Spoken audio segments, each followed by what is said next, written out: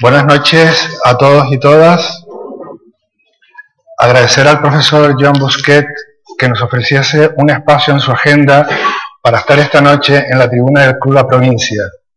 También a Flora Pescador, que será la encargada de abundar en la trayectoria de nuestro invitado.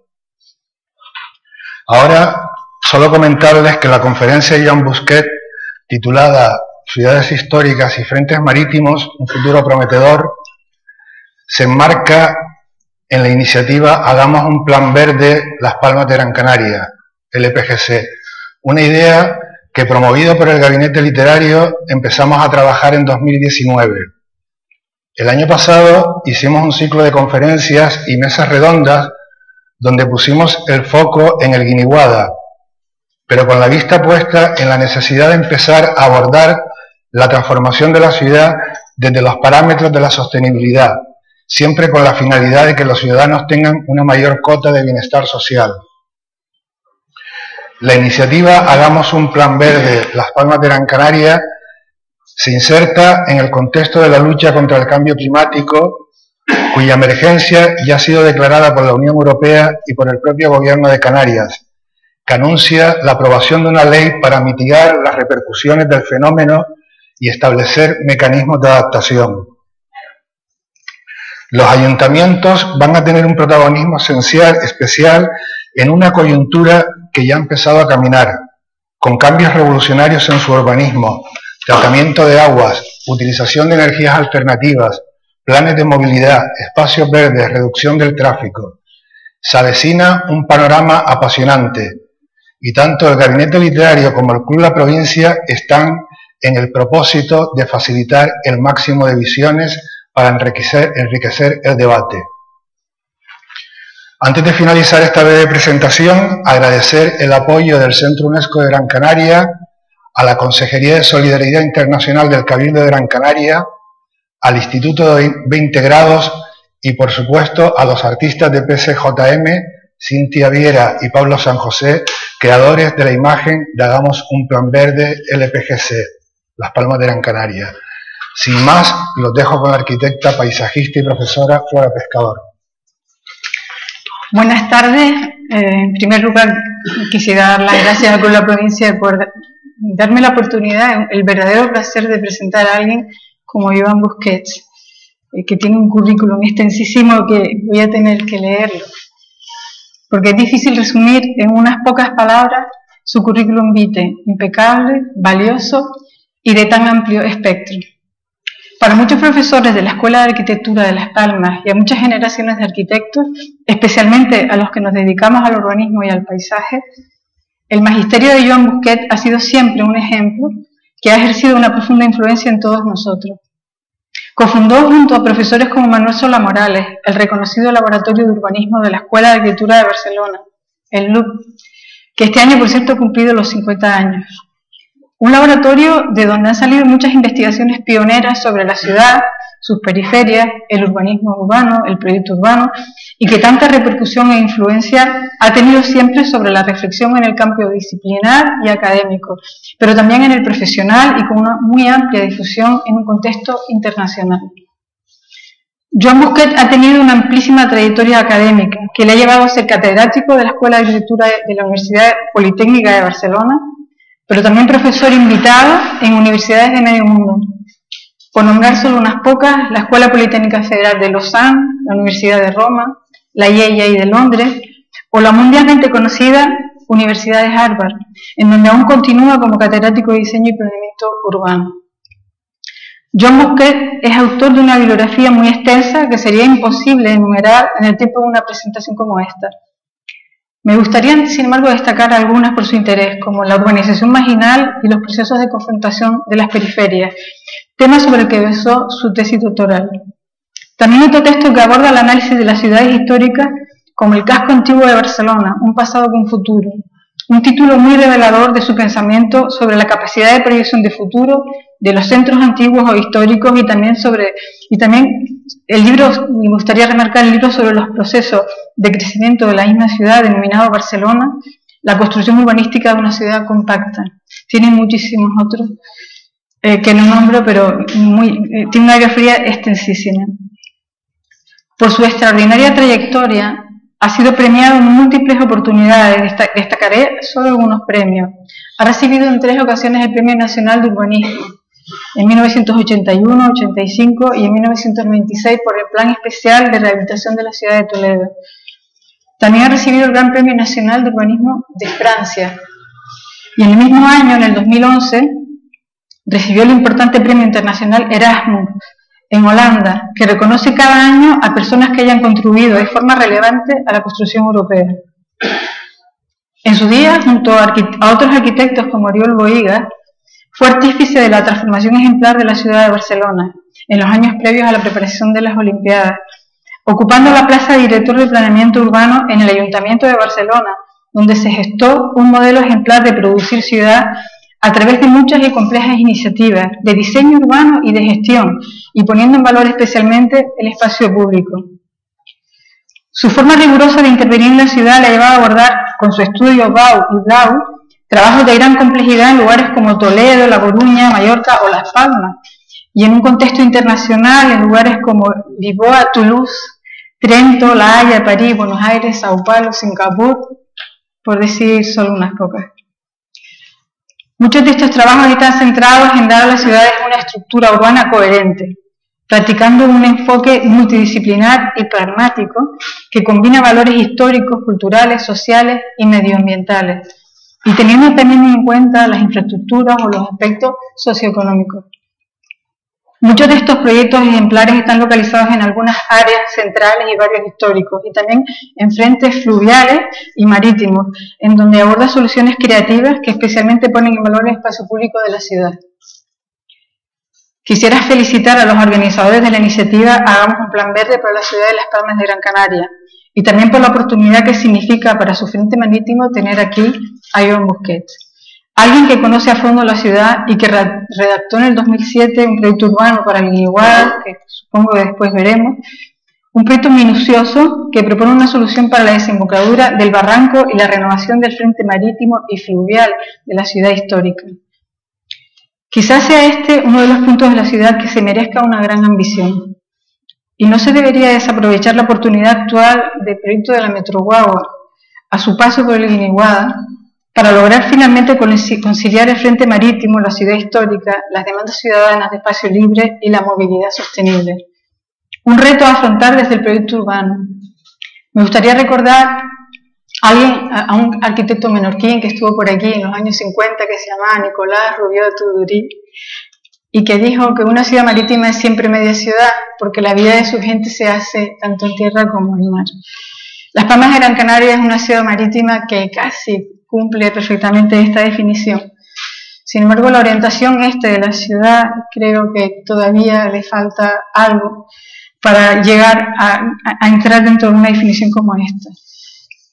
El Guiniguada quizás sea el punto más importante para obtener un mayor contacto de sus gentes con el mar a través de un proyecto urbano que facilite y que concilie la ciudad con las demandas sociales, de espacio público y que supere las fronteras físicas que supone la actual autovía.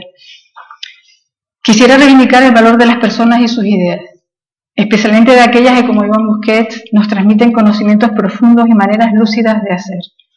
En un momento tan confuso y precario como el actual, más que nunca tenemos que reivindicar lo mucho y bueno que se ha pensado para esta ciudad y ser conscientes de las decisiones que se van tomando en el día a día, que nos pueden hacer perder de vista las grandes posibilidades que tiene la ciudad de Las Palmas de Gran Canaria, con el mar, sus barrios históricos y con la apuesta por un compromiso mayor con una ciudad verde. Y sin más, les dejo con Joan Busquets el título de la conferencia Ciudades históricas y frentes marítimos, un futuro prometedor.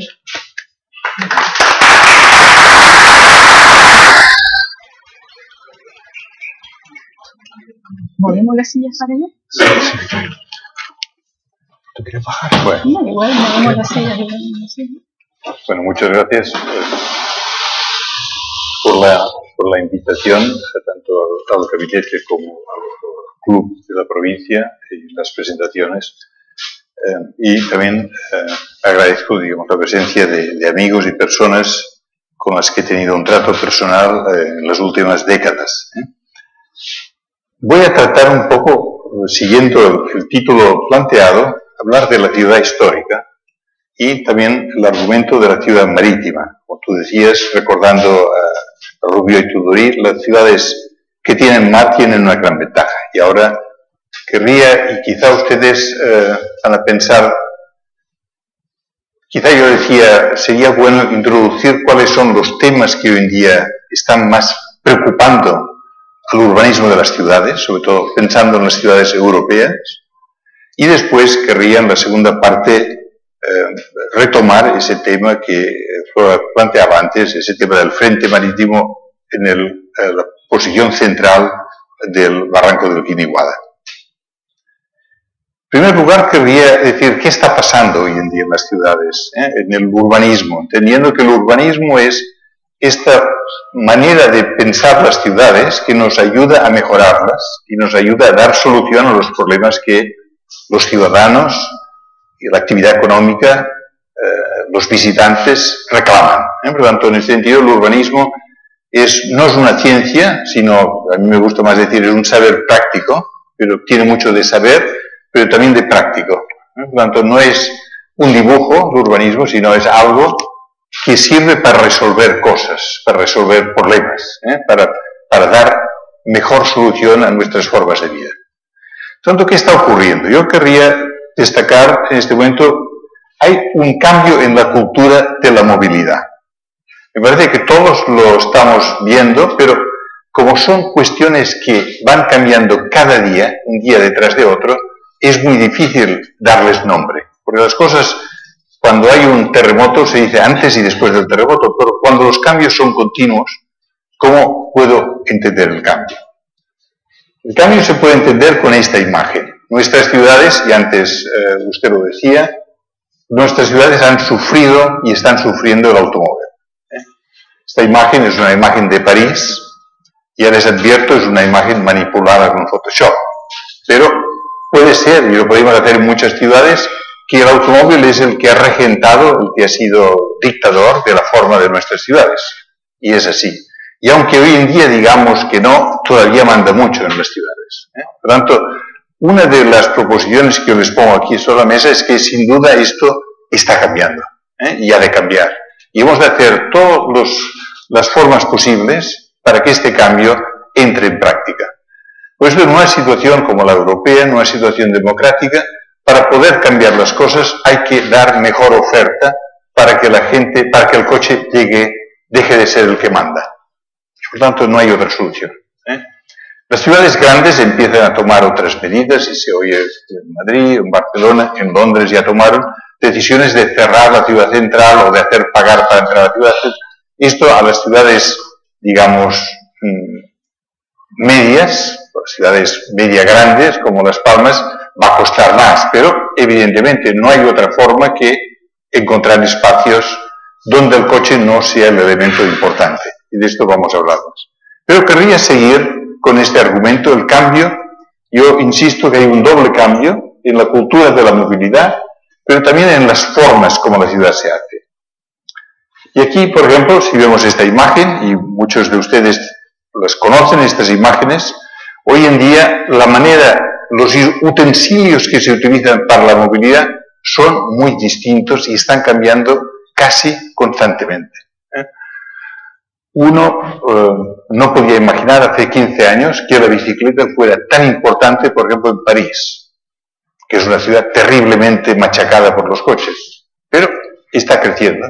Y hoy en día, para decir la verdad, uno ve las bicicletas en París y ve a una persona con corbata como yo que iría en su bicicleta, porque si no va en bicicleta, no eres nadie en París en este momento. Por lo tanto, esto es importante porque el efecto, la bicicleta era siempre un elemento negativo. Quien va en bicicleta es porque no podía ir en coche. No, hoy en día tiene coche pero va en bicicleta. Y la bicicleta a lo mejor tiene motor, también porque soy mayor y necesito... Pero esto. Tanto hay esta evolución en los elementos, podemos decir esto que es. Es una moto, es un pequeño coche, es no sé qué. Estos coches que se pliegan para que no ocupen tanto espacio, incluso en el propio aparcamiento. Esto es un avión que ya circula en el mundo con placas solares, solo placas solares, ha dado la vuelta al mundo, ha tenido que parar 5 o 6 veces, pero en cualquier caso Esta es una revolución que la vemos, lo observamos cuando hoy en día podemos mirar toda la bibliografía, fíjense ustedes el anuncio, pero sigue igualmente, cuando vemos la televisión, los anuncios más importantes son de coches, sigue siendo, pasa que ahora el coche es eléctrico, el coche no contamina, por tanto, hay toda una revolución en el espacio tecnológico, pero a mí me interesa sobre todo la revolución en el espacio de las formas como las personas utilizamos la movilidad en la ciudad, y este es un tema muy importante. Por ejemplo, podemos ver esto, una revista tan famosa como The Economist, es una revista nada tendenciosa de izquierdas, pero anuncia que el coche es limpio y además se conduce solo. Por tanto, estas son cuestiones que la gente joven de la sala las van a ver y las van a practicar. No hay duda de que esto se llegará. En la ciudad no será sin chofer, pero en las zonas fuera de la ciudad va a ser sin coche, porque ya en este momento esto está inventado. Mis amigos del MIT ya me dicen, lo que necesitamos es una ciudad que nos deje probar esto, una ciudad que esté dispuesta a correr el riesgo de los seguros para estos coches, pero los coches están a punto. Lo que pasa es que no hay ciudad que se atreva a aceptar esta lógica sobre los seguros de los coches. Por lo tanto, es un tema técnico. Por ejemplo, los temas de la infraestructura de las ciudades, que ha de ser inteligente, ha de ser, voy a hablar de esto, me parece muy importante. Yo prefiero hablar de la inteligencia también de la infraestructura y de las personas que utilizan las infraestructuras que hablar de la Smart City. La Smart City hoy en día se convierte en una propaganda, todas las ciudades quieren ser smart, pero ¿quién no es smart? Lo importante es que los ciudadanos puedan utilizar la ciudad, no de que hagamos más tecnología con estos aparatos.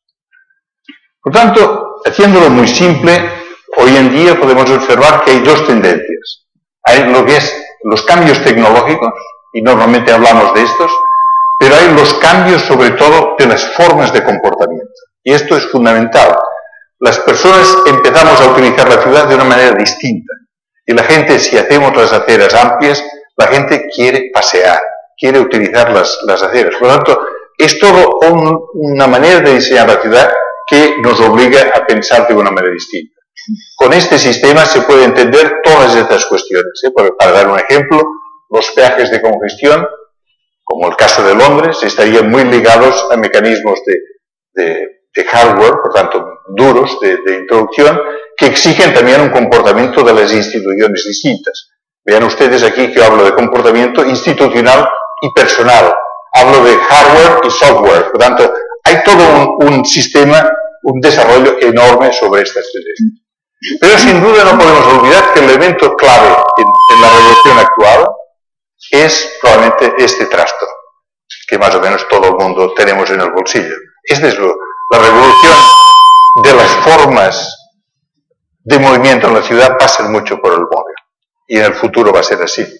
Este joven está viendo aquí cómo, en qué momento le va a llegar la guagua. Y en aquel momento no tiene que esperar, porque me dice el teléfono, en 3 minutos estará allá, por tanto voy a comprar el periódico y voy allá. Esto está operando, por ejemplo, en Suiza. Todo el sistema de transporte público en las ciudades pequeñas es a la demanda. Tanto cuando yo demando que necesito el autobús, si el recorrido estará allá. Si yo fallo más de 2 veces, recibo una multa, porque no es lógico que yo llames como llamar a un taxi y no utilizar el taxi. Por lo tanto, estas son cuestiones fundamentales. Hoy en día la discusión del Uber y el taxi, todas estas discusiones pasan mucho por estas nuevas técnicas. La investigación nos dice, y hoy en día, por ejemplo, en algunas ciudades pioneras chinas ya funciona, los autobuses se cargan mientras esperan la subida y baja de personas. Por lo tanto, estos son elementos pensados, pero hay espacios ya experimentales donde el coche eléctrico se carga por inducción, porque el suelo ya tiene por lo tanto no hay ni que conectar el coche.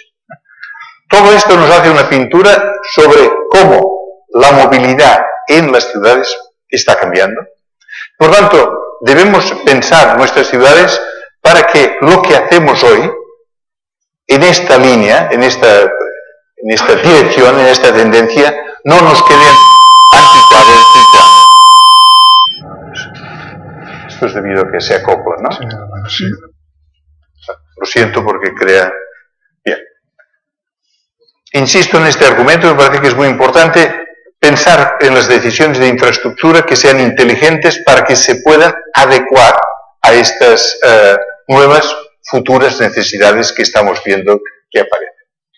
Un ejemplo sobre este tipo de infraestructuras, y aprovecho para explicarlo con algunos ejemplos de proyectos que hemos tenido la suerte, la capacidad de desarrollar en los últimos 10 años. Por ejemplo, en el caso de Delft, una ciudad donde, ahora les cuento rápidamente, una ciudad histórica, fabulosa, con este tipo de pinturas del Vermeer, una ciudad lindísima, es la segunda ciudad más visitada de Holanda después de Ámsterdam, para darles una idea, y en esta ciudad tan linda se les colocó el tren.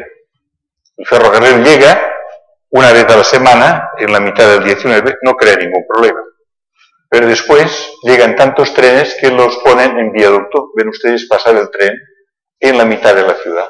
Cuando a esta ciudad le llega el tren, la ciudad va creciendo, el tren queda en la mitad y el tren impide cualquier relación entre la ciudad histórica y el resto de la ciudad. Por tanto, dramático, totalmente. La infraestructura que era para dar un servicio a la ciudad se convierte en un corte en la ciudad. Desgraciadamente, muchas ciudades tenemos este tipo de problemas. La solución era, después de estudiar mucho el caso, de que probablemente, fíjense ustedes que en el origen la ciudad tenía unos molinos de viento, tenía un río, pero la llegada del tren cubre el río para poner el tren, después el tren se eleva, finalmente hace falta poner el ferrocarril en otra posición, que es en una cota baja. Esto permite, ustedes ven la situación a finales del 19, la situación actual, cuando pasaban por este viaducto de tren, 300 trenes al día, porque es la línea norte-sur de Europa. Con 300 trenes al día es imposible vivir en un lugar de ese tipo. Tanto el colocar el ferrocarril bajo el suelo, que es en este esquema, permite realmente recuperar todo este espacio y volver a colocar el río en su sitio. No es un tema bucólico de recuperar el río, sino el río en una ciudad polder, una ciudad que está 3 metros por debajo del nivel del mar. Si no se recupera el agua, la tierra se inestable. ¿Yo me muevo? ¿Soy yo el culpable? No, Tranquilo. La cuestión es, como les cuento, el proyecto es muy simple y todo el mundo puede estar de acuerdo. El tema es cómo un proyecto que es ferroviario se puede convertir en un proyecto urbano. Y como Flora decía antes, este me parece que es el tema más importante. En la ciudad, en cualquier fragmento de ciudad, influyen muchas cuestiones. Hay gente que habita, hay actividad económica, hay árboles que se han de plantar, tantos elementos. Por tanto, los proyectos hoy en día tienen muchas capas. Y nosotros sabemos que un proyecto ferroviario, si no pensamos en la capa final, por ejemplo, en este proyecto hay 1.800 árboles. Si desde el primer día no sabemos dónde irán los árboles, yo sé que al final del proyecto habrá la mitad de los árboles. Porque como llegan al final no hay espacio para plantar, o porque no hay presupuesto. Por tanto, en el equipo había una persona que solo pensaba en los árboles. Esto no puede ser porque aquí me viene mi árbol. Usted ponga el colector a la derecha para que esté el espacio. Y de esta forma hemos conseguido perder solo el 7% de los árboles, que no está mal, pero siempre hay algo que se pierde en los proyectos. Por lo tanto, en esta situación la ciudad recupera una permeabilidad total entre un lado la ciudad histórica y la otra. La estación antigua estaba aquí y la estación nueva está en este punto. Tanto ustedes ven la estación antigua y la estación nueva. Aquí la ciudad decidió que iba a combinar la estación con el nuevo ayuntamiento de la ciudad. Entonces este edificio es un edificio híbrido y ahí pueden ver la conexión y el tren está en la cota inferior. La estación antigua, la estación nueva, la nueva estación. El parking mayor es el parking de bicicletas. Tanto las bicicletas, aquí hay 15.000 bicicletas en este parking y no hay coches. Solo hay unos cuantos coches para los minusválidos. El aparcamiento de coches está a 100 metros separado. Uno puede ir y pagar con su coche, pero no está tan priorizado como el peatón y la bicicleta. Esta es una decisión política también, pero lo digo porque es un elemento importante. Uno sale y ve el mapa de la ciudad en el cielo raso, y este es el tipo con el río que se recupera en su lugar. Esto permite esta relación, y parte del terreno ferroviario, ustedes ven aquí el agua que se recupera, por tanto el sistema del polder vuelve a actualizar como un sistema natural. Insisto porque es muy importante en estos buscar que los elementos se renaturalicen, por tanto actúen desde la lógica que tenían en su origen. Segunda cuestión que es muy importante en el urbanismo actual es considerar que el espacio público es el espacio prioritario en la ciudad. Seguramente en las ciudades hemos dado mucho peso, y era natural, a la vivienda, el espacio privado. Era natural, había que dar vivienda a las personas que necesitaban.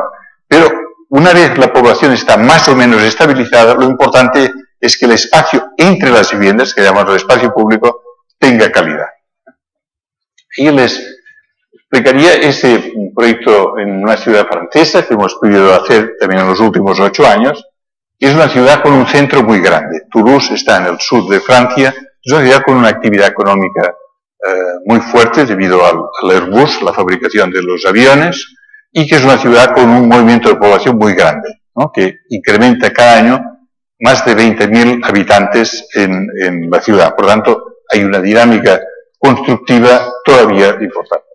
Es una ciudad, como ven, un centro histórico de 350 hectáreas, muy grande, con un río fantástico en el centro de la ciudad, pero cuando empezamos a analizar la ciudad descubrimos que el río estaba totalmente abandonado. ¿Cuál es la razón? Las inundaciones. El río inundaba toda esta parte de la ciudad cada 25 años y creaba muertes y creaba muchos problemas en la ciudad. Por lo tanto, la gente no quería acercarse al río porque era un lugar problemático. En el río, al lado del río, en las plazas, había grandes aparcamientos, salvajes o programados, pero el espacio del río era un gran aparcamiento. Probablemente comprobamos que hidráulicamente el río es seguro hoy. Pero no porque lo digas la gente lo cree, lo has de demostrar. Y lo han de poder ver, lo han de poder utilizar. Por tanto, la primera estrategia es decir, si la ciudad que funciona es esta, damos prioridad a las calles que van hacia el río, y produciendo este cambio, que estos espacios en lugar de parking sean unos espacios de parque, puede ser, y vean ustedes, las calles que van al río estaban llenas de coches, están reurbanizadas y al fondo está el río. Cuando se produce esto, ustedes ven una calle para los coches, hay algunos coches, pueden pasar, pero esta pista es una pista ciclable y ahí ven el río y empieza a tener la utilización del río. Como decía antes, la parte de arriba está protegida, la parte de abajo no, hidráulicamente. Por tanto, lo que es lógico es dar continuidad a la cota de arriba con la de abajo, a través de construir estas plataformas, estos elementos de conexión, ¿no? Hoy en día es un elemento totalmente, la gente utiliza en invierno el río como un lugar de contemplación, durante el buen tiempo es un lugar de ocio, de encuentro, un lugar donde gente joven celebra las fiestas, un lugar querido de la ciudad. Por tanto, las operaciones en la ciudad deben responder a una lógica general, lo que yo llamo proyecto urbano general de la ciudad, aunque, como pueden ver aquí, una se hace después de la otra, porque también por criterios de ejecución de la obra, ustedes pueden imaginar, para ejecutar esta obra, los materiales se llevan por el río para economizar que los camiones no utilicen la ciudad. Por tanto, hay una lógica, cada proyecto exige su tiempo, su dinero, su gestión, su negociación con la población que habita cerca de ellos, si quieren más árboles, menos árboles, ¿por qué? Por tanto, hay todo un elemento que es natural en la forma de hacer la ciudad. Tercera cuestión que hoy en día es fundamental en la ciudad es el valor que cogen los frentes de agua. En las últimas décadas, podemos decir, después de la Segunda Guerra Mundial, todas las ciudades quieren asomarse al agua. Por tanto, Las Palmas lo tiene muy fácil, porque el agua está allá. Pero en realidad podemos decir, tampoco es una ciudad que tenga tanto, aparte de las canteras, donde el frente marítimo haya sido tan cultivado. Ahora la ciudad presta atención a esos temas y nos parece muy importante. Pero en cambio hoy en día en todas las ciudades, este es el frente de Chicago, por lo tanto pueden ver, esto es Londres, por lo tanto Londres es una ciudad donde el río era pestilente hace 20 años, hoy en día es un río con gran éxito. Por lo tanto, cuando vemos las ciudades hoy en día, Niza, con su famoso paseo de los ingleses, por lo tanto, no la playa del inglés, pero la promenade des Anglais, y esto viene del 19, por lo tanto, son operaciones, son lugares exquisitos, por lo tanto, que otra gente llega a la ciudad y dice, ustedes no utilizan esto, a nosotros nos gusta, por lo tanto, hablamos de 1815, ya los ingleses decían, este es un lugar valioso, por lo tanto, tenemos esto, o el caso de Barcelona, ustedes, esa imagen que muchos de ustedes pueden ver, yo tuve la fortuna, como antes Flora decía, de trabajar en este proyecto y pasar, digamos, de esta imagen, 1985, a esta imagen. Y esto no es Photoshop, como antes decía, no, esto es verdaderamente, y ustedes veían, Barcelona, una ciudad que se alardea, es decir, la capital del Mediterráneo occidental, y el agua negra de las cloacas directamente al mar. No es posible. Porque resolver los problemas de la ciudad quiere decir también resolver esos temas funcionales básicos de la ciudad. La ciudad no puede tener ciertas disfunciones. Por tanto, me parece, insisto, porque muchas veces tendemos a decir, no, el urbanismo es una cuestión de estética, de que quede bonito, no, es cuestión que la ciudad funcione, en primer lugar. En segundo lugar, que sea agradable. En tercer lugar, si además es bonito, premio. Sería un poco la lógica. Tanto que luego da lugar a estos funcionamientos distintos, la parte alta, la parte baja, o Palma de Mallorca con su espacio delante del agua, digamos, por tanto, son ciudades que han ido mostrando cada vez más que el espacio, la parte de la ciudad que disfruta de la visión del agua y del uso del agua, siempre es una parte que los ciudadanos prefieren.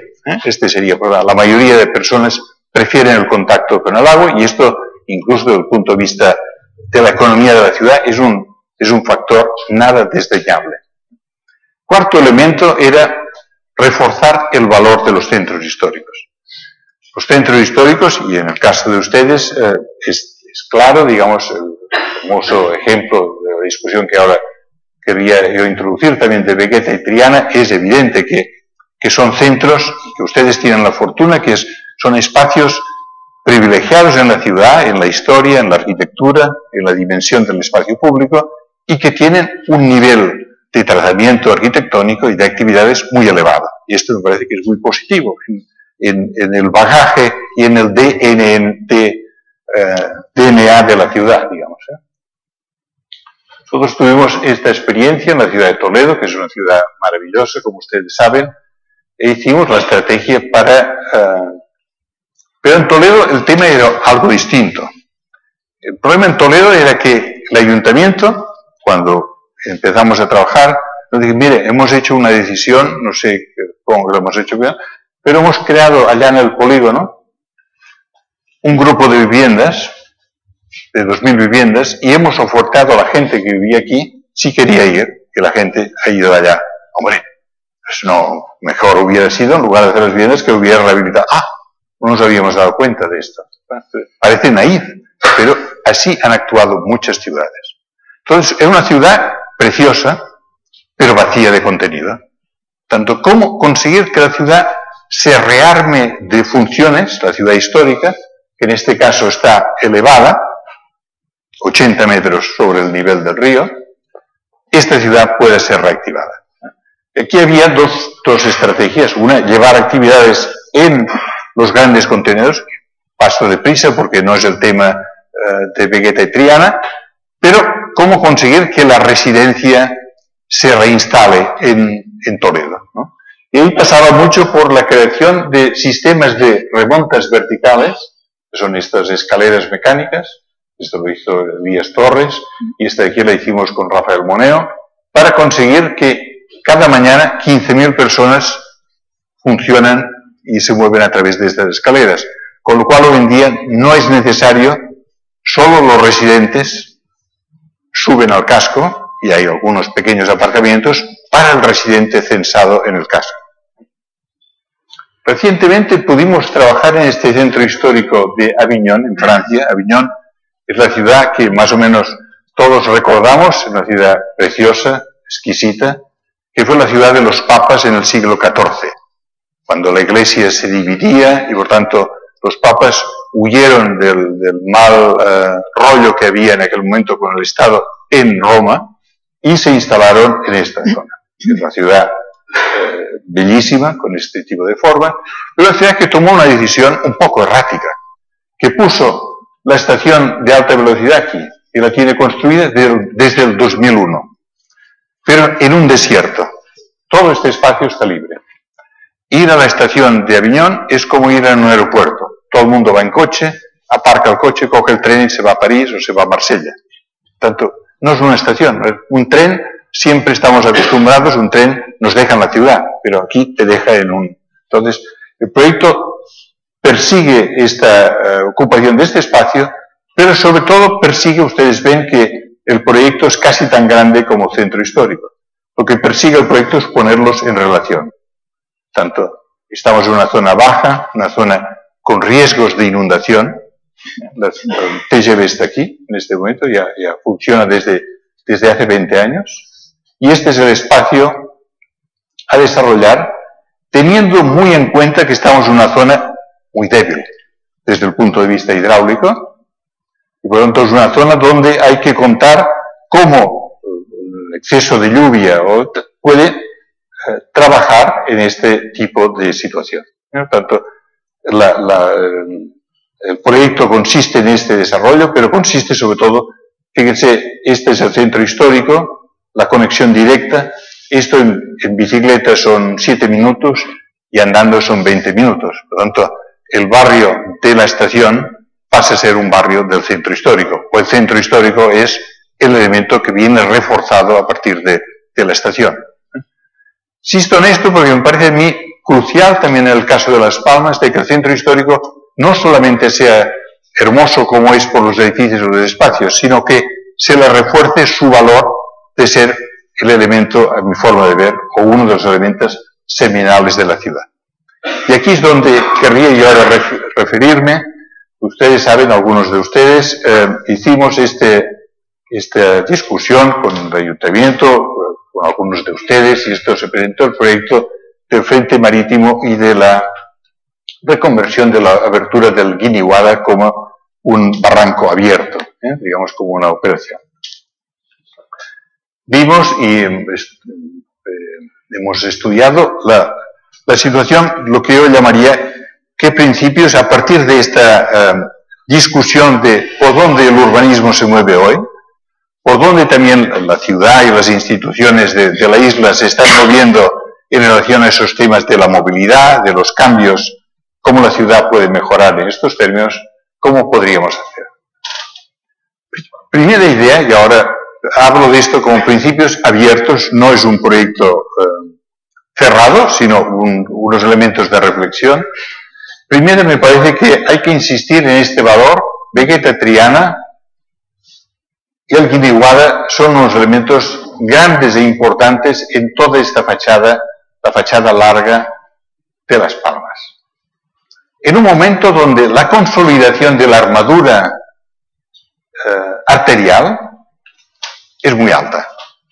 Tanto es muy distinto si este sistema funciona solo con la autovía que conectaba el puerto y el aeropuerto, la avenida Canarias, o hay todo un sistema potente de circunvalación como hay hoy en día. Por lo tanto, esto me parece importante entender, porque todos los brazos de conexión o los sistemas de acceso a los barrios cambian drásticamente, y este me parece que es una discusión importante en la discusión del Guiniguada.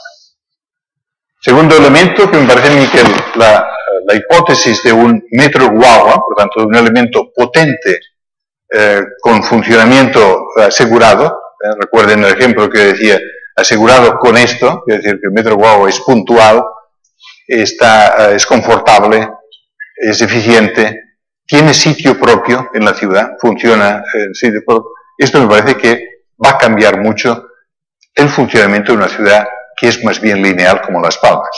Las ciudades lineales tienen una estructura, un mapa mental en las personas muy clara. Es decir, yo estoy al norte, voy al sur, tanto funciona. Si hay sistemas que funcionen, pueden llegar a ser competidores con el coche, con la movilidad privada, no hay duda. ¿De acuerdo? Yo había hablado incluso aquí en Las Palmas la importancia de los tranvías en la mayoría de ciudades medias, sobre todo francesas y alemanas. Sin duda el tranvía fue un elemento revolucionario en la forma de hacer una espina dorsal en las ciudades.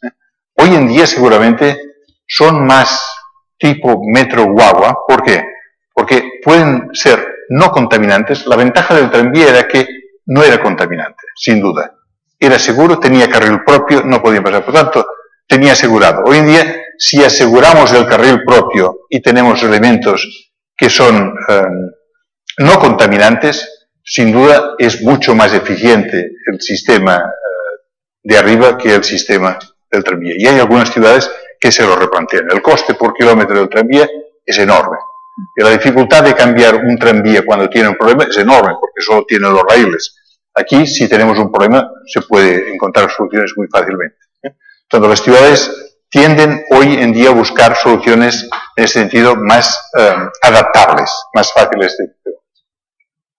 Por lo tanto, en este sistema, insisto, donde hay toda una organización arterial potente, es muy pensable que la autovía, durante unos años, sigue siendo autovía, pero también esta autovía tiene que empezar a pensarse como un elemento urbano, como un gran bulevar urbano, al menos este.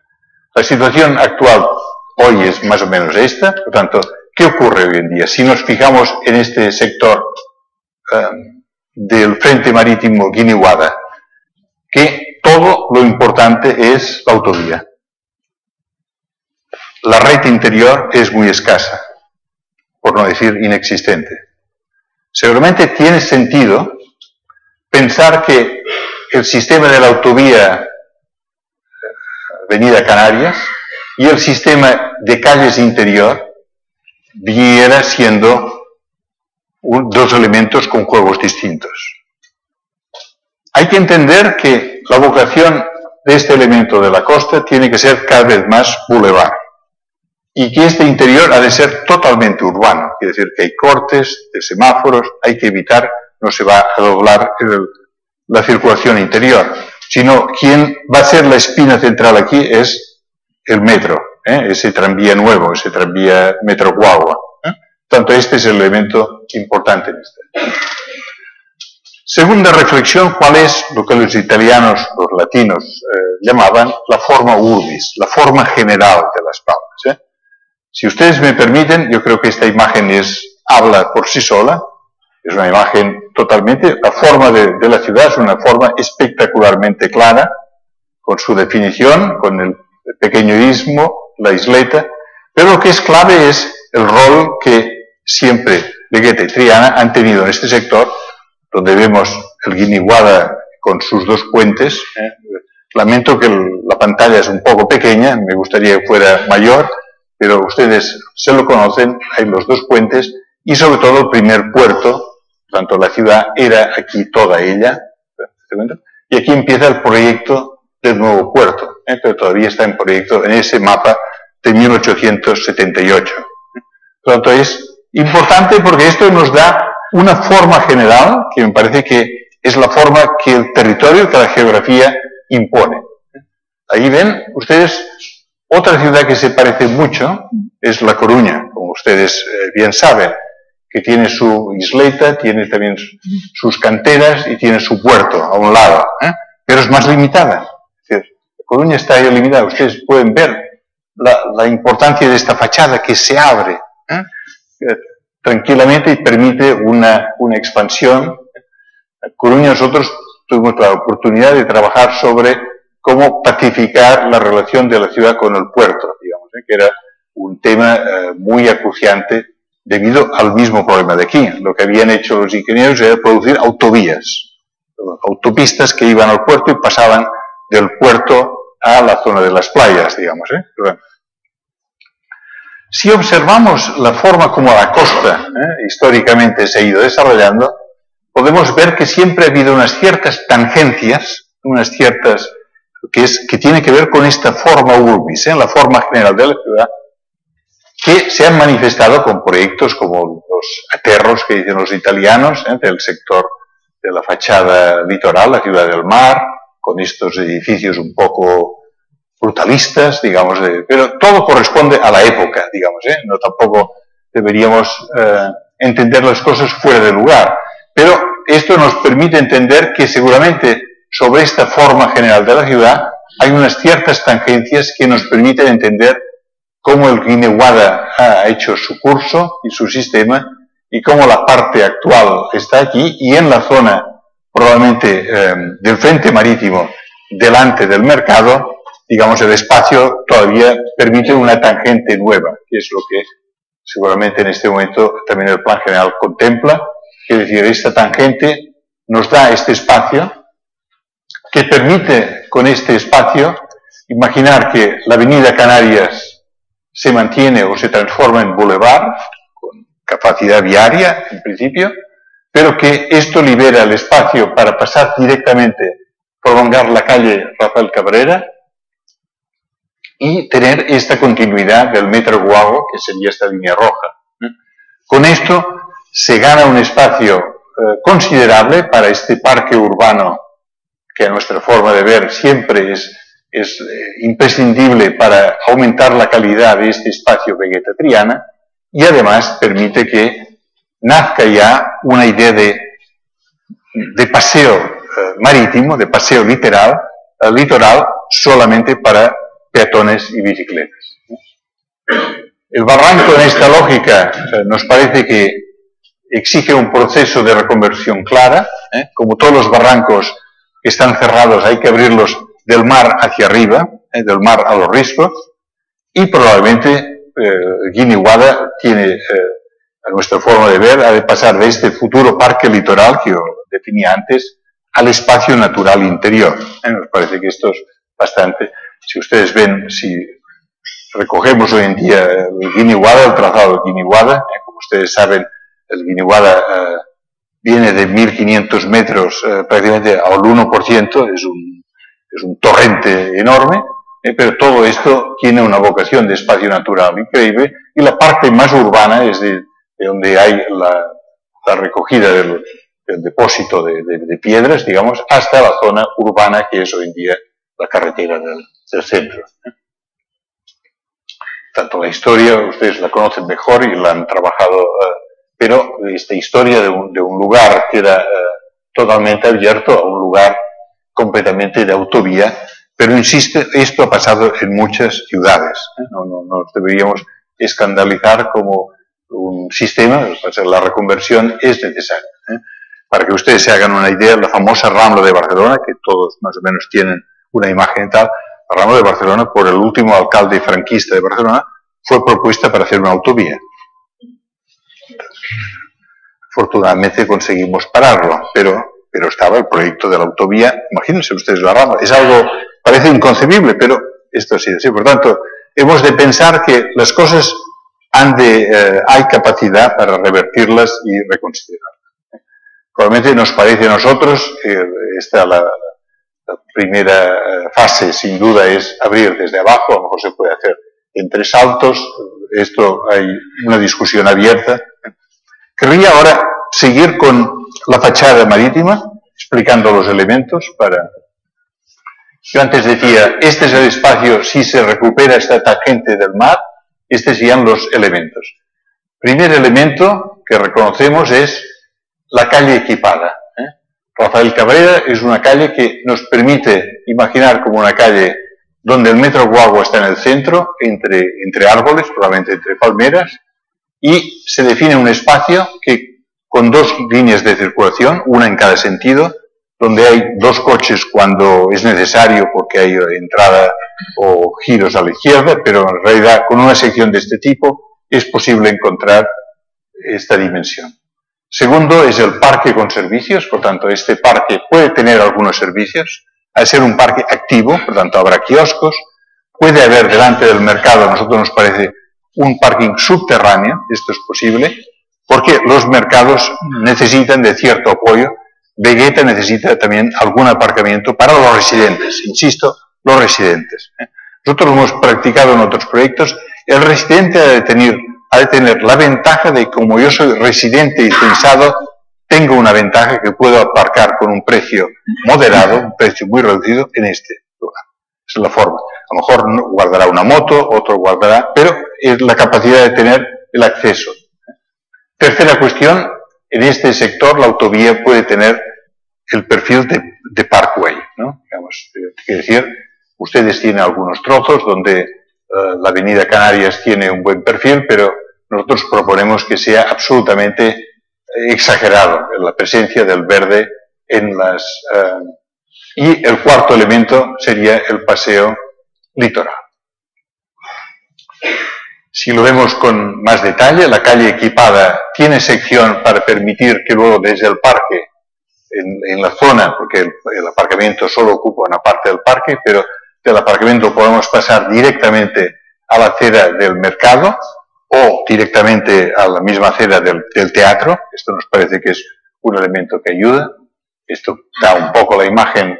El Metro Guagua en el centro es el protagonista, tiene el espacio propio, es decir, no se puede pasar más que el Metro Guagua, en cada dirección las palmeras y la imagen de la posible conexión entre el parking y el mercado. Nuestra experiencia de mercados, nos parece que este mercado está bien emplazado. La experiencia nuestra, e insisto porque es bastante singular, la experiencia de Barcelona es cuando trabajamos en este proyecto olímpico en Barcelona, pusimos esta idea. La ciudad tiene 35 mercados y en estos casi 30 años se han reconvertido todos, uno detrás de otro. En aquel momento la discusión era, ¿se pueden cerrar las licencias a los Carrefour fuera de la ciudad?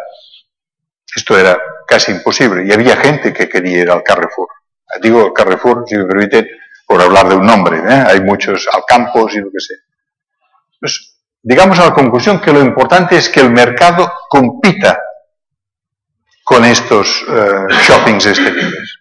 Y la forma, me acuerdo de una discusión con un amigo economista, él me decía, el tema no es solo el edificio, el tema es la actividad interior. Y ahí ustedes ven uno, este es el mercado del Ninot en transformación, un edificio que tiene interés, como lo tiene el mercado que ustedes disponen, pero el nuevo mercado es un mercado con los puestos algo mayores, más activos, más coordinados entre ellos, y con acceso a un pequeño aparcamiento, no hace falta que sea muy grande, para la gente que va deprisa o que va cargada, y con distribución a las casas. Entonces se organiza un sistema que todos los puestos comparten, que hay unas personas, unos responsables, cogen yo llamo y digo, necesito esto, cogen las cosas estas y te las traen a casa. ¿Cómo hace lo que sea, el campo o el caparado o el que sea de turno? Por lo tanto, son los temas que funcionan. Y si en el mercado yo voy a comprar y me falta algo, ¿dónde voy? Al supermercado. Por tanto, hay un supermercado siempre. Este ha sido el modelo relativamente funcional en Barcelona, y esto son 35. Barcelona tiene 10 barrios y tiene 35 mercados, más conocidos el de la Boquería, evidentemente. La Boquería hoy en día es una excelencia, quizá hay demasiados turistas, esto es otra discusión, pero los mercados funcionan. ¿Por qué? Porque hay gente joven que prefiere irse con el coche al Mercadona, al Capravo de turno o al Carrefour de fuera. Pero la gente en el barrio prefiere ir a aquel lugar. ¿Por qué? Porque por muchas razones. Puede comprar 2 huevos en lugar de comprar 2 docenas. Por lo tanto, hay algo de ese tipo, la escala, que en este caso funciona. Utilizo este ejemplo solo para decir que no necesariamente la mejora del mercado significa que el mercado ha de convertirse en kitsch, o se ha de convertir solo por turistas, puede ser un mercado funcional, y creo que este es uno de los objetivos. La avenida Canarias, ustedes ven, y ustedes tienen cosas bastante próximas, pero probablemente se puede imaginar con verdadera mediana, pero no solamente con una palmera, con doble palmera en cada lado. Yo creo que la experiencia americana, Flora lo conoce muy bien, de los parkways, es lo mejor que podemos aprender de América, sin duda. Esto, la manera como el paisaje y la movilidad se pueden imbricar. y esto es posible. Ustedes tienen algunas fotos que se podrían hacer hoy en día que parecerían esta, pero esta sin duda, el parque está a la izquierda, las bicicletas y el paseo litoral, el paseo marítimo estaría allá. ¿Por qué digo que es importante pensarlo así? No solamente por un criterio estético, sino porque está claro que en el futuro esta avenida, esta autovía, se va a convertir en bulevar. Y esto lo vemos en otras ciudades. Yo no tengo ninguna duda de que esto... Fíjense ustedes, esta es la Rambla que antes les decía que se había propuesto como Guineguada. Esto es Copenhague. Copenhague es una ciudad que había sido destruida por el coche. Hoy en día casi no vemos coches en esta ciudad. Pero en cambio parece una cosa. Son las autopistas de bicicletas. Es increíble. El uso de la bicicleta aumenta tanto que se fabrican autopistas. Por lo tanto, podemos bien imaginar que en esta sección en práctica, antes de 10 años, a lo mejor aquí aparecen otros usos. Por tanto, hay que pensar en las dimensiones de manera que puede ser reversible. Podemos pensar que aquí solo circulan cierto tipo de coches, o cierto tipo de autobuses, o solo las bicicletas que van rápidas, o no sé qué. Por tanto, hay que pensar estos espacios con esta capacidad de dar respuesta a lo que es imprevisible, a lo que no tenemos capacidad, sobre todo cuando tenemos la experiencia de estas ciudades que van por delante de nosotros, cómo utilizan los espacios. Y, por supuesto, el paseo litoral. El paseo litoral en esta sección tiene más de 20 metros, tanto es un espacio que puede ser realmente, podemos imaginar, esto es un principio, pero donde este sería el perfil, imaginando un paseo donde hay una parte más noble y una parte más activa de la gente que corre, o digamos, las cuestiones que podamos imaginar, donde hay las bicicletas, este espacio donde cuando hay buena mar incluso hay cierta actividad que la utiliza, etc. Tanto con esta visión de estos elementos que ahora yo describía, lo más importante son los itinerarios. Yo creo que el buen funcionamiento de la ciudad es cuando se va de un punto a otro y se pueden realmente conectar los puntos de la ciudad.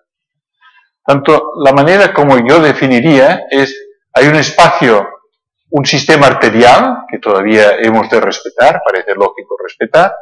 Hay un espacio interior que es la vía urbana, la prolongación de Rafael Cabrera, tenemos así, una posición privilegiada por el metro Guagua, que seguiría este trazado. Con esto conseguiríamos dar respuesta a estas necesidades. La intersección, aquí estaría el teatro y el mercado. La intersección de este espacio se puede resolver de una forma muy urbana, con un semáforo con 3 tiempos, no tiene ninguna dificultad. El día que el barranco llegue abierto aquí, podrá seguir funcionando. Seguramente la escultura de Pérez Galdós estará delante del teatro, como probablemente corresponde, pero estos son pequeños cambios. Pero en cualquier caso, la circulación es una circulación urbana. Que en la medida, yo digo siempre, el tráfico es un tema como los grifos. Lo que no se puede hacer es hacer nuevas carreteras y no cerrar. Cuando si no tienes demasiada agua. Por tanto, abres aquella, cierras un poco. Es un sistema, pero los grifos han de estar bien instalados, porque nuestra obligación es que la ciudad funcione, y funcione bien, y funcione con los menos coches posibles. Por tanto, creo que esto es un sistema posible. Tercer elemento son las bicicletas, por tanto, nos parece lógico que haya un circuito de bicicletas urbano, de la gente que va a los lugares, y un circuito de bicicletas rápido, que puede ir siguiendo el litoral. Son bicicletas que van de un lado, de un extremo a otro de la ciudad. Estas son cuestiones a definir. Y los peatones deben encontrar mecanismos de continuidad, y me parece que aquí Vegeta tiene esta facilidad, digamos, como ustedes ven, las calles fueron trazadas con mucha inteligencia, de manera perpendicular a la forma urbis de la ciudad, y esto es algo que no deberíamos perder de vista. Por tanto, decir que el lateral o la tangente del barranco es la que conecta, y luego una de estas, o puede ser otra, permite esta circulación interior. Si las ponemos juntas, resulta esto. Si tenemos en cuenta los circuitos peatonales, la relación con los barrios, por lo tanto, de los riscos, es directo la conexión al parque. la zona alta, digamos, de San José, de San Francisco, San Nicolás, encuentran su conexión directa con el parque y con la avenida Litoral. Aquí sugerimos que nos parece, ustedes se acordarán, algunos de ustedes, al principio la primera hipótesis que habíamos hecho era que la autovía pasaba por debajo del barranco. Seguramente la experiencia y el estudio más minucioso, y en esta idea de pensar que las infraestructuras van a tener en el futuro una posibilidad de ser reversibles, no tendría mucha facilidad de reversibilidad algo tan profundo, aparte de costoso, pero digo de profundo. Tanto ahí nos parece que tiene más sentido quizá pensar algún tipo de paso superior, digamos, pasarelas peatonales que permitan la conexión entre el paseo litoral y el parque. Esta sería la imagen, el tipo de circuitos. Si buscamos esta conexión con los barrios, que a nosotros nos parece el elemento más importante, las personas llegan ahí como un sistema natural, digamos, la visión de la calle Balcones es el mar, por lo tanto, tiene que ser estas perspectivas abiertas y buscar estos elementos de conexión adicionales que permitan los usos, digamos, esto puede funcionar. Esta sería más o menos la situación existente hoy en día. Si hacemos la simulación en este sector, podríamos ver cómo funciona, digamos, sería el paso del metro Guagua, digamos, la conexión hacia la parte superior, considerando la primera apertura del barranco en esta zona. Entramos ahora a imaginar pues la cobertura de estos espacios, el parque en este sector central, la avenida como un parkway, estos posibles conectores y el paseo en otro sentido. La calle equipada, el parque como servicios, el parque tiene distintas medidas, el aparcamiento más o menos sería lógico situarlo en este punto para tener el apoyo al barrio, al equipamiento y también al mercado.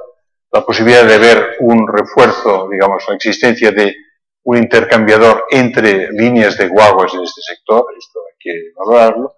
La posibilidad que el parque incorpore también quizá un pequeño teatro al aire libre, que podría también dar un incentivo a la utilización, y esta idea de la Plaza del Océano, que habíamos hablado también hace un tiempo. Sin duda, el parque, no hay más que hablar, nos parece que hay tal sinfín de soluciones, creando algunos lugares donde puede haber otro tipo de árboles, pero nos parece que la palmera debería tener un gran protagonismo en este sistema. El parkway y el paseo litoral, que podría tener más bien ese tipo de imágenes. Las relaciones funcionales, me parece que se podían, es una visión, es decir, entre el parque, antes ya hablaba yo, el paseo litoral, es muy importante que haya esta imagen de una relación entre las partes, ¿no? Esto es lo que decíamos, quizá podía producirse con estas pasarelas. Hay ejemplos, y ustedes los tienen también construidos o en construcción en el puerto, pero esta es la famosa de Frank Gehry en Chicago. Es un elemento mucho más complicado y más difícil del que tenemos aquí por la cantidad, porque ya no es una autovía, sino es una autopista principal del país, o esta operación de paso por encima del tren y en Seattle, este es el Olympic Park, donde también la presencia, el protagonismo de ciertas esculturas podía incentivar, pero esto ahora no es un elemento de proyecto, sino es una idea o un principio a reflexionar. El Parque del Océano nos parece que es un elemento importante porque nos daría una manera de reflejar cómo el barranco se abre en el mar y crea un espacio de encuentro entre el movimiento del agua del mar y el funcionamiento de las lluvias que se manifiesta en el Guineguada, ¿no? Tanto en una situación normal, digamos, sin agua, sin lluvia, este es el espacio, digamos, de la abertura, este es el agujero necesario para las aguas, digamos, siempre el estudio que se había hecho inicialmente con nuestros ingenieros hidráulicos era que era interesante que se mantuviera un ovoide para las lluvias normales, de manera que en un periodo de lluvia moderada el ovoide llevaba el agua directamente al mar, por tanto, y en lluvia torrencial, entonces es cuando el barranco se abre. Pero como en otros lugares, un barranco lleno de agua, cuando se vacía, se limpia y sigue. Esto no ocurre cada día, digamos. Por lo tanto, esta era un poco la hipótesis que nos parece a largo plazo. Tanto desde la balsa de retención hacia abajo, mantener uno de ellos nos parecía más lógico el que está al sur, para dar salida a esto.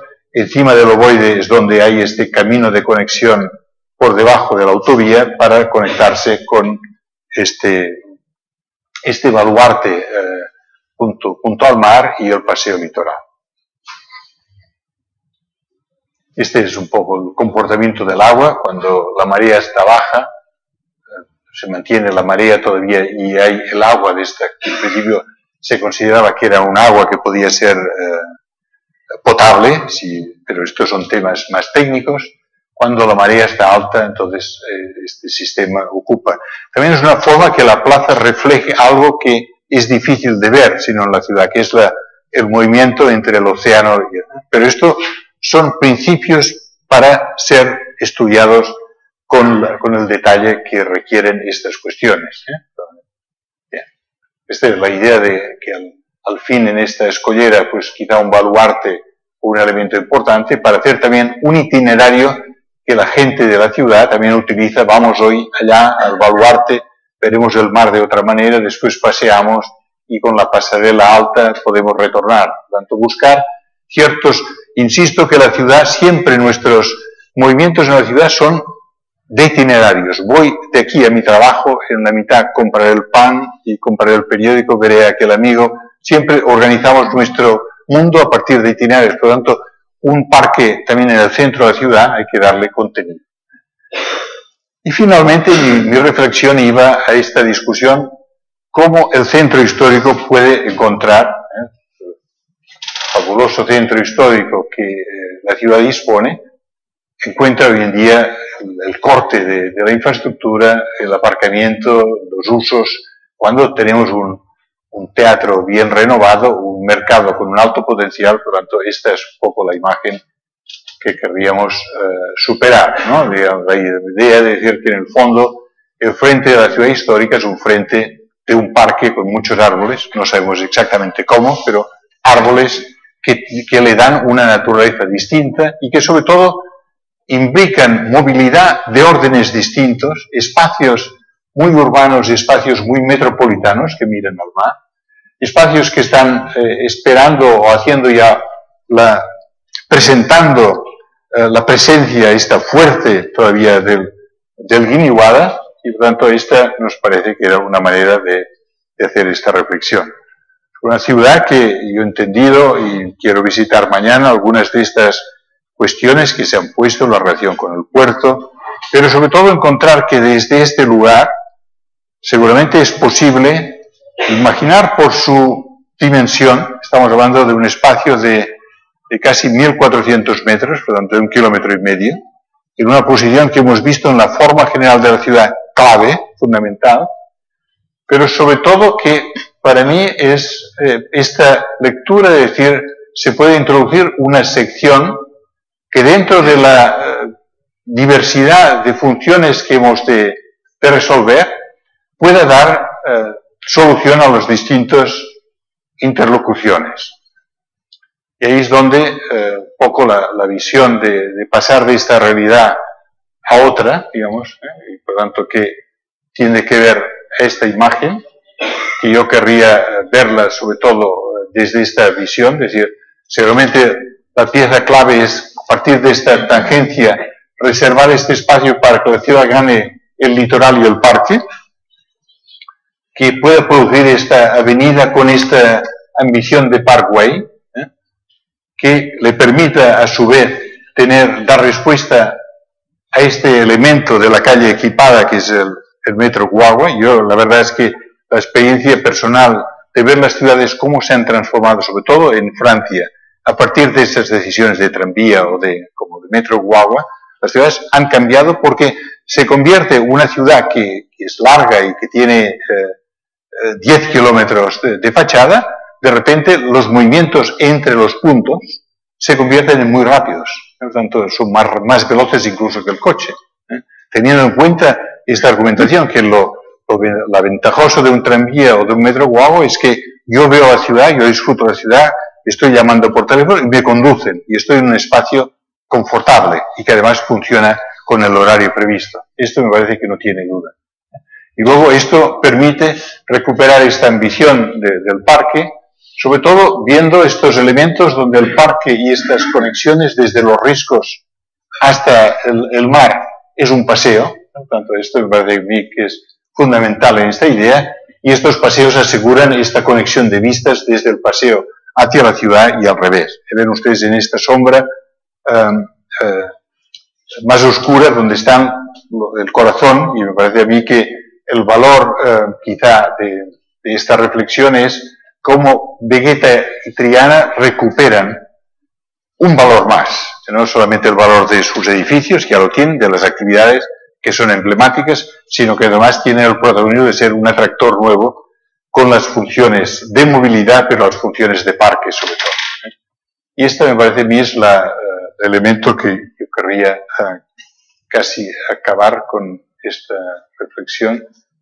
Ustedes ven, por ejemplo, que en esta misma diapositiva vemos este espacio, pero también hay ciertos elementos que nos insisten sobre la bondad de imaginar que el Guiniguana también es este espacio de encuentro entre la Alameda y el espacio de la Catedral, entre el teatro y el mercado, por lo tanto, dentro de ese esquema, imaginar que este espacio se va abriendo con el tiempo y abre y se convierte en un espacio natural que desde el corazón de la isla llega hasta el parque litoral.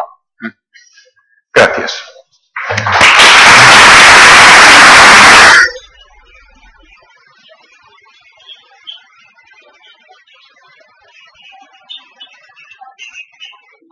Pues muchas gracias a Flora Pescador por atender nuestra invitación para presentar a Iván Busquet, y por supuesto también muchas gracias al profesor por la interesante conferencia. Buenas noches, gracias.